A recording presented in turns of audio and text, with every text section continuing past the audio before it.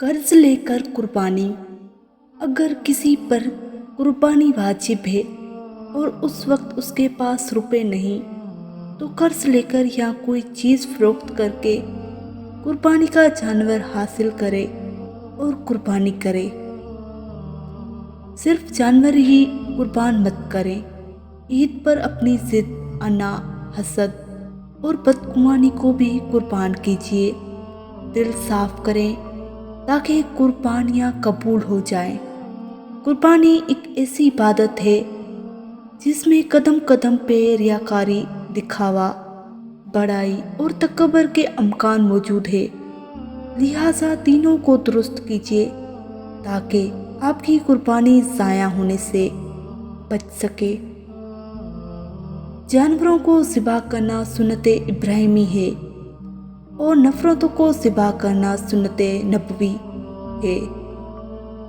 حج کی قربانی کا جانور ذبح کرتے وقت نیت یہ رکھیں کہ میں اپنی نفس کو ذبح کر رہا ہوں۔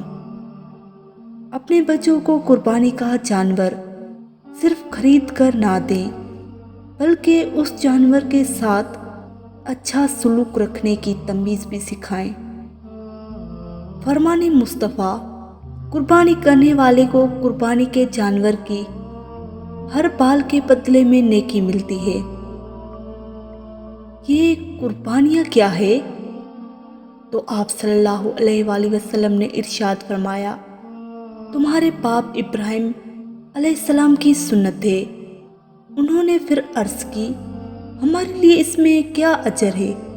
تو آپ صلی اللہ علیہ وآلہ وسلم نے ارشاد فرمایا، ہر بال کے بدلے ایک نیکی۔ انہوں نے عرض کی، اور اون میں کیا اجر ہے؟ تو آپ صلی اللہ علیہ وآلہ وسلم نے ارشاد فرمایا، اون کے ہر بال کے بدلے بھی ایک نیکی۔ ایک صحابی نے بارگاہ رسالت میں عرض کی، یا رسول اللہ، مجھے بکرے ذبح کرنے پر رحم آتا ہے۔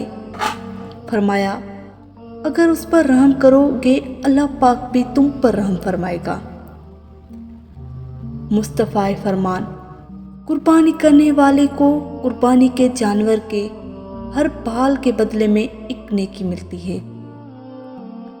حضور پاک نے فرمایا، کسی جانور کے منہ پر مت مارا کرو کیونکہ وہ اپنے منہ سے حمد خدا اور اس کی تسبیح کرتا ہے۔